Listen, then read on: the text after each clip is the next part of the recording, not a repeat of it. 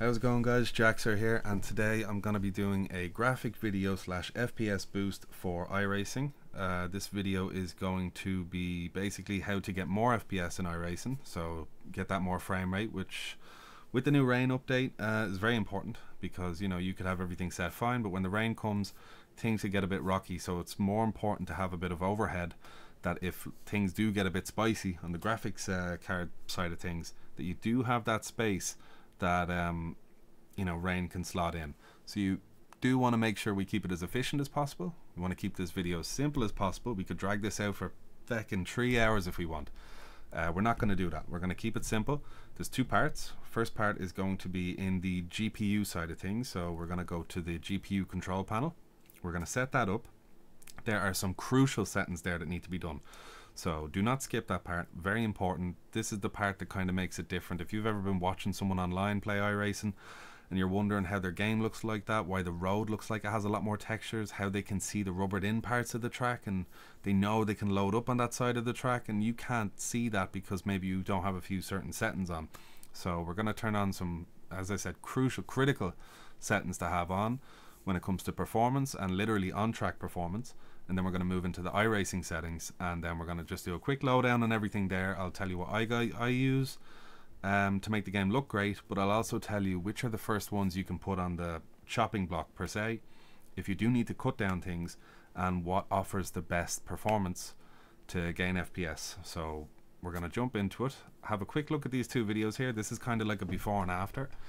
So in the first one we have kind of mediocre settings, or let's say where the NVIDIA control panel or the AMD control panel hasn't really been configured, and we can see the track doesn't have much detail. So even though like everything is kind of low, we've put it on to save, the track is still very bland looking, and although we can see that black strip kind of in the middle, we can't see the real definitive rubbered in line.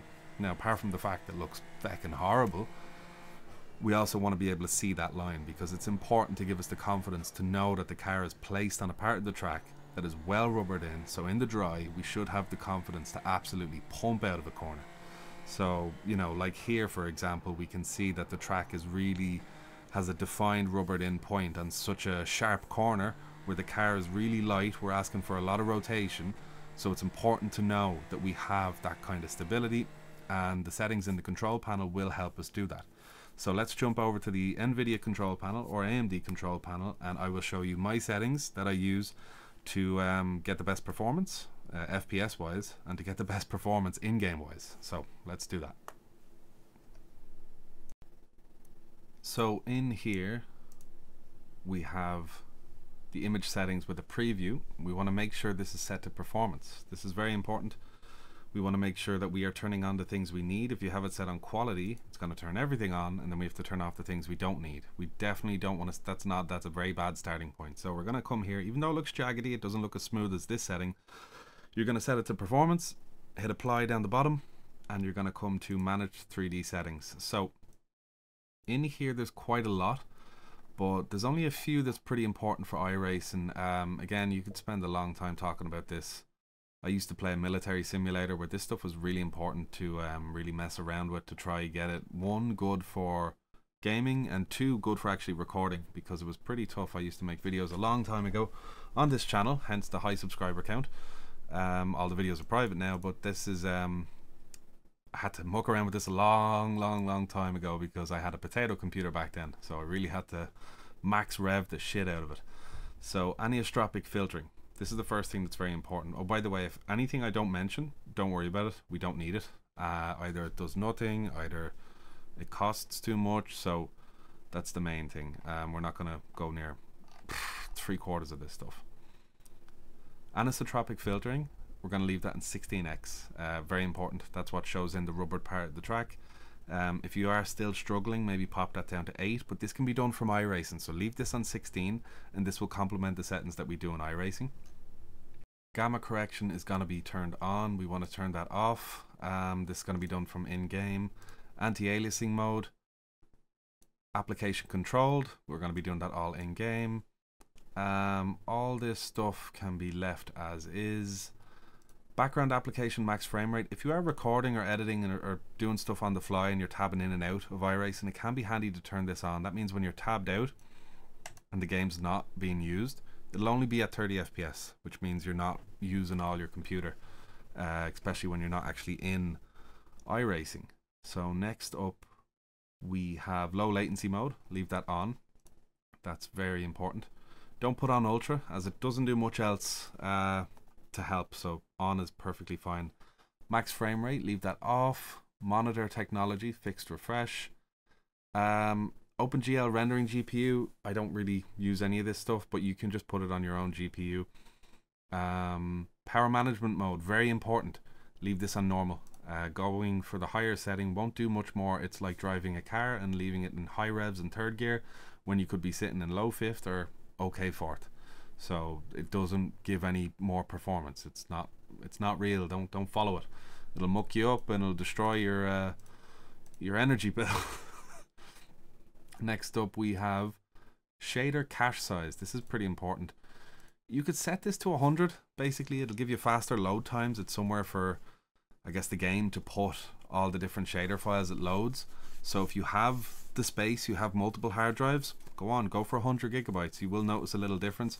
If you don't, I have one hard drive, a 2 terabyte. I just leave it on 10 gigabytes. It's still going to give you great benefit, or even 5 will help. So this is just purely dictated by the size of your computer. If you have a 500 or let's say just a 256 gigabyte computer, you know, you may want to explore the lesser options here. But this is very, very useful for reducing load-in times. This here you can leave off, as we're going to be doing this in the game, so we don't need that. What else is there? Let me see.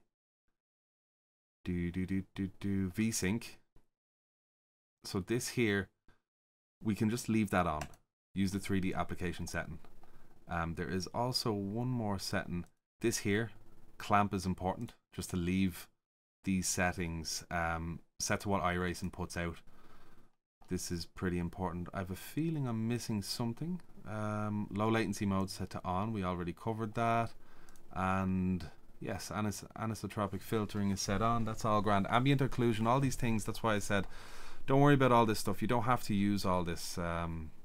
Definitely, it's not going to make a big difference. Like a lot of this is done in iRacing itself. So if you do this, you'll start doubling up. And you definitely don't want to be doubling up. So we're going to move on into iRacing. Hit apply, don't forget to hit apply, and then open up iRacing and let's jump into the settings there.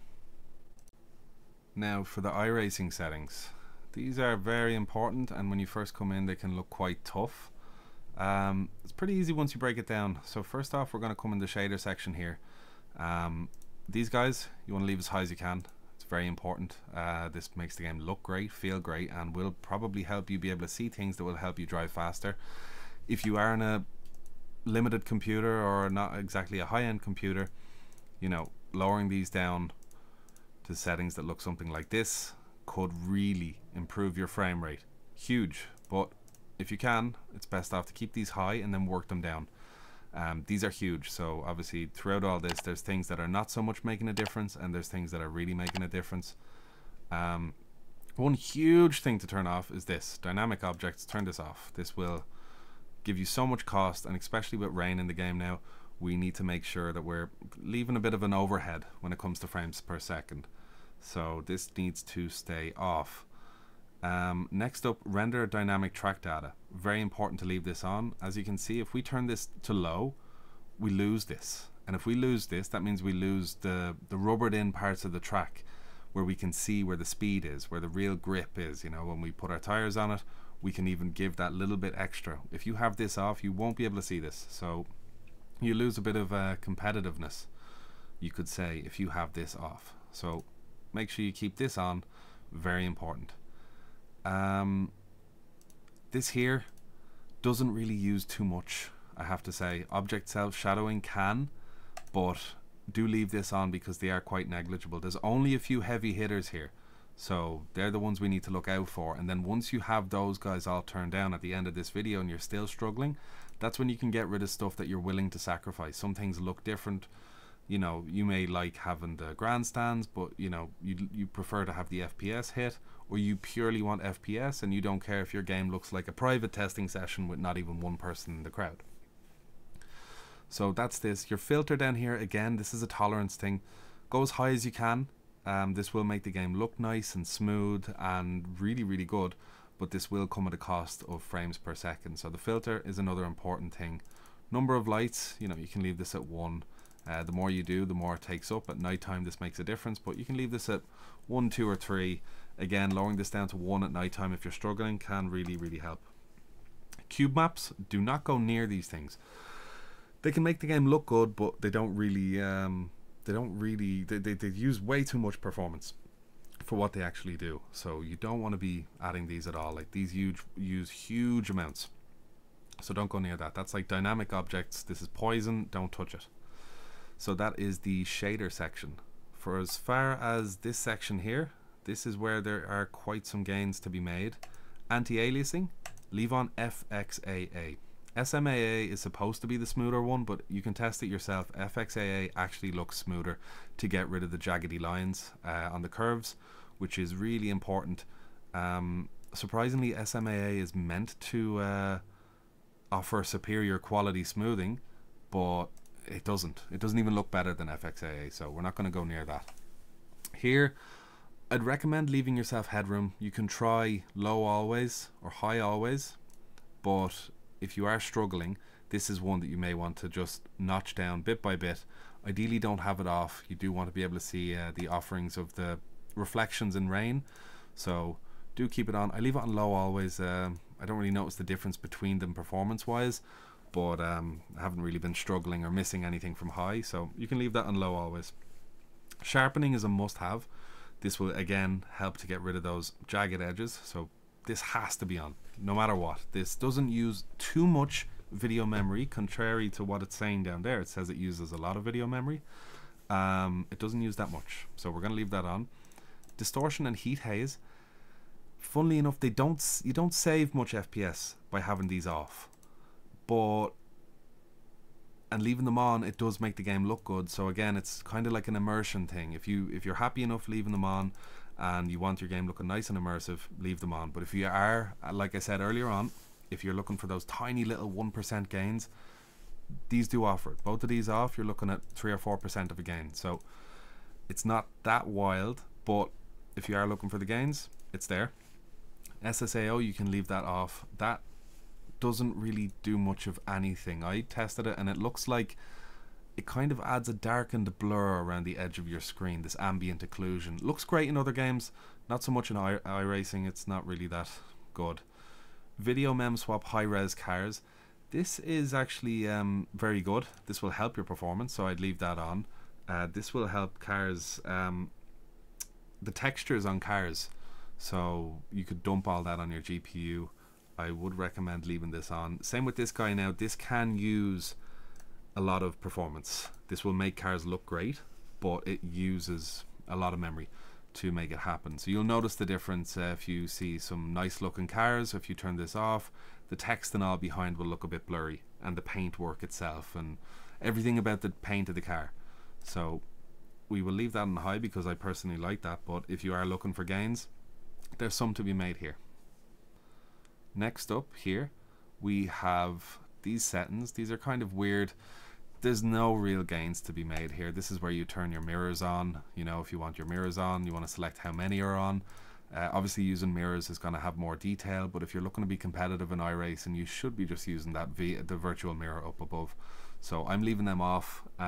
This is self-explanatory. Higher detail in mirrors, it will use extra performance. So if you want it, have it, fine. You know, if you just want to be on your own doing a bit of pure sim racing just for the immersive element, go on, whack it on. But if you're looking to find those FPS, or even if you have a good computer and when the day comes it does rain in your race and you want to have that headroom, turn these guys off.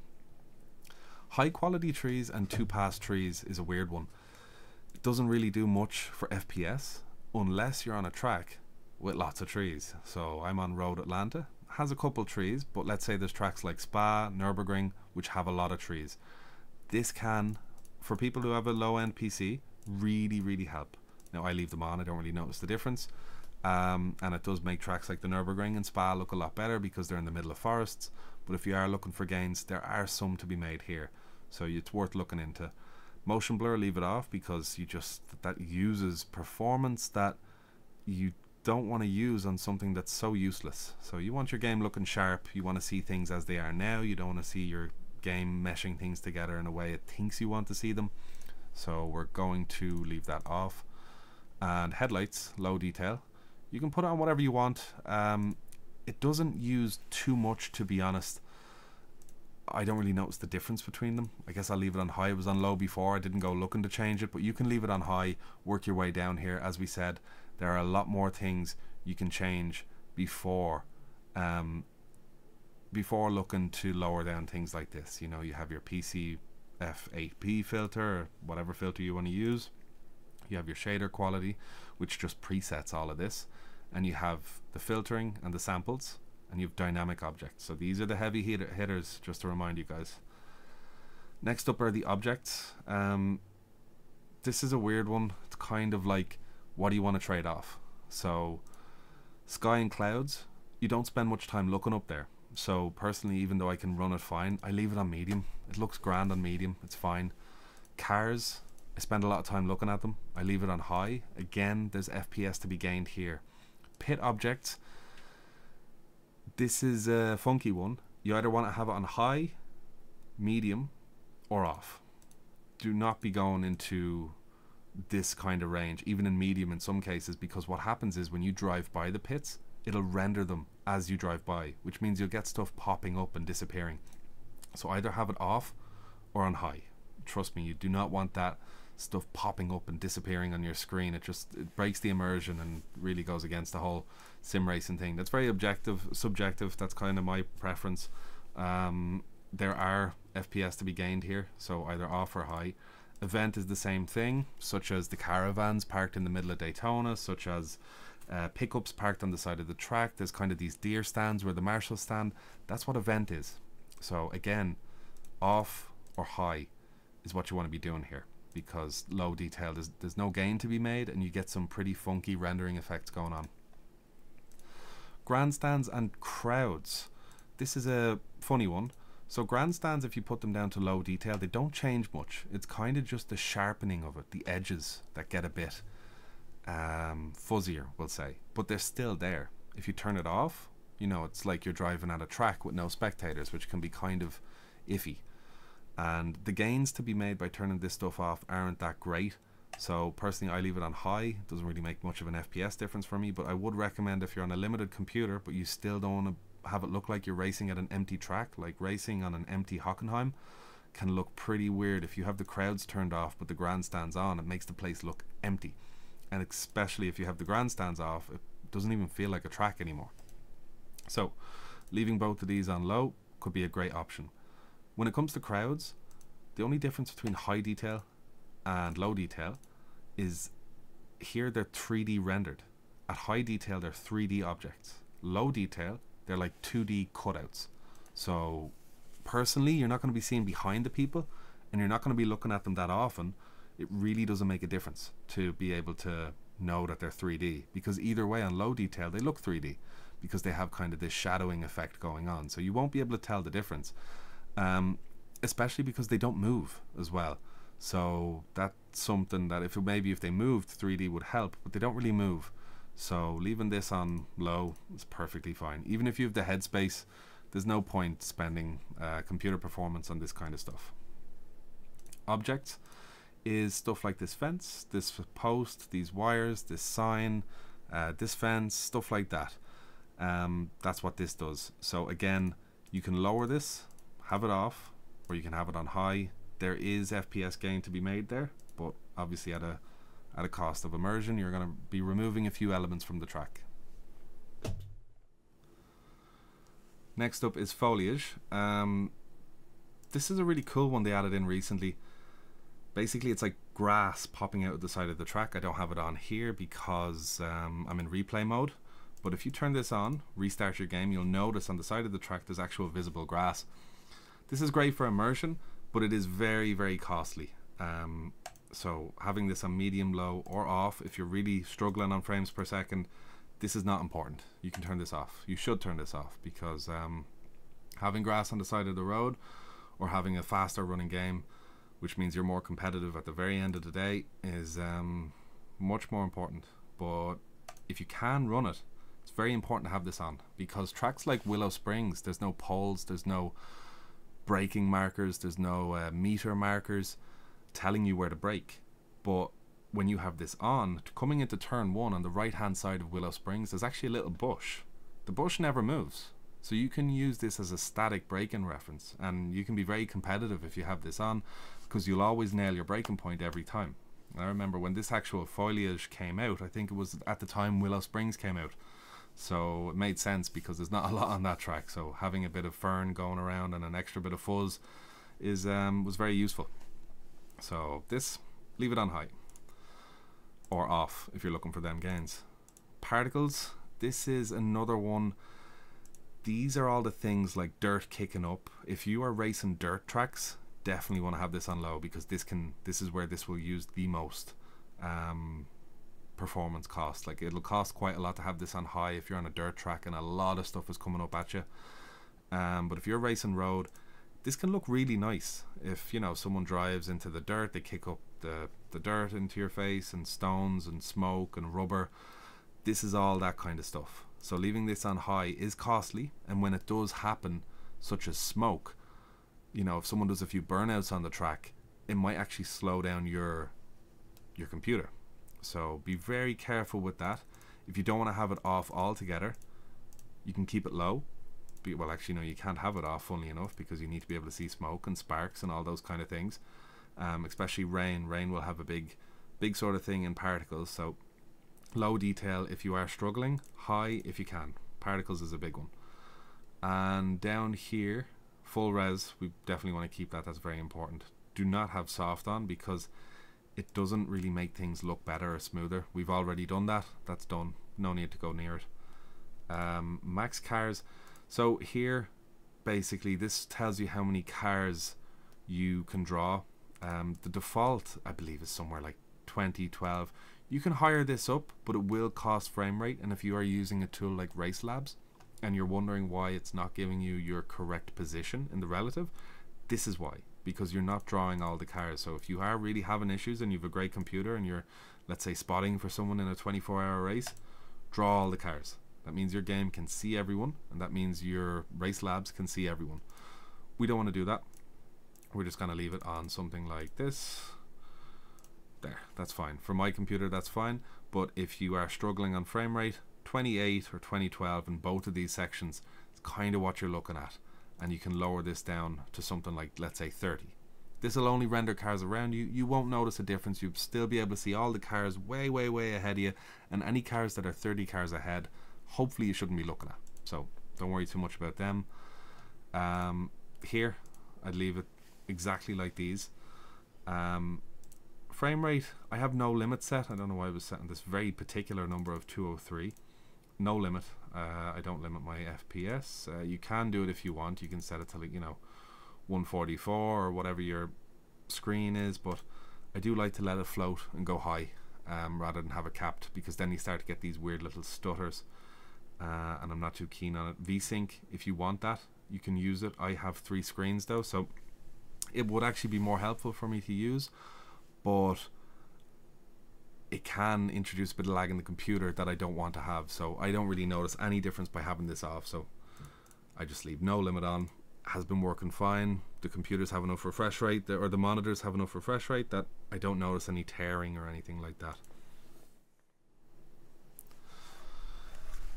So to recap what we've done, we've made the game look as great as we can while letting you know what to turn off if you do want to save FPS. Going back on what those guys are, just to remind you, this section here, we have dynamic objects, we have the filter, cube maps, definitely leave off.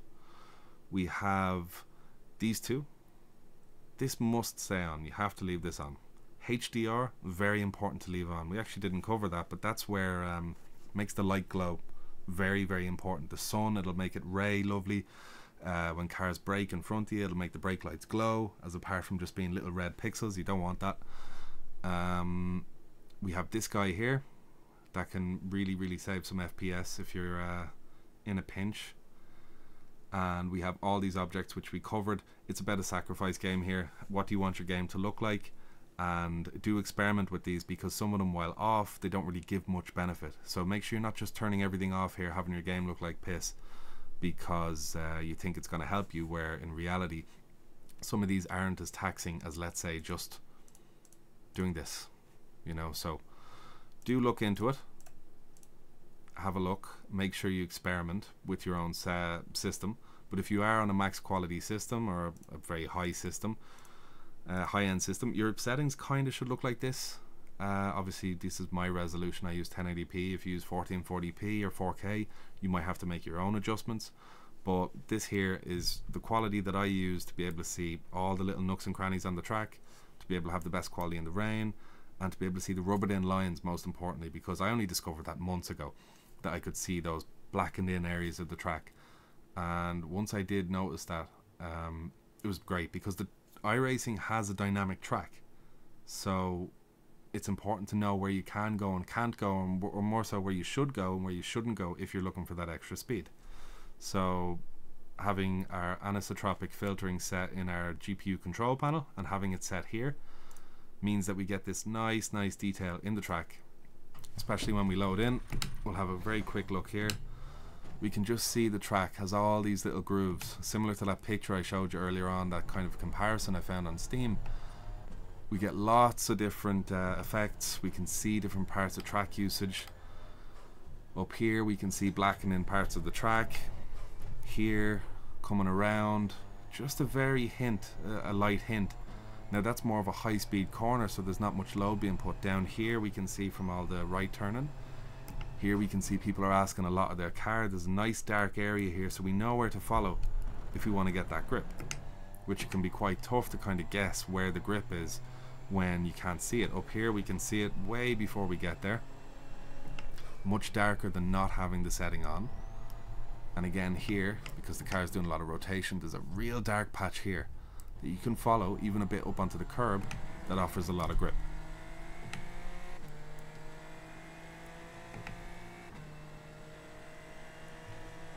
So in this video we have covered the GPU control panel, where to get those optimizations, how to turn on anisotropic filtering to help you get those nice shaded lines like you're seeing here, how to do the iRacing graphics, basically how to turn on things that will make your game look excellent, while showing you the things you should probably consider to turn off if you're looking to gain some FPS.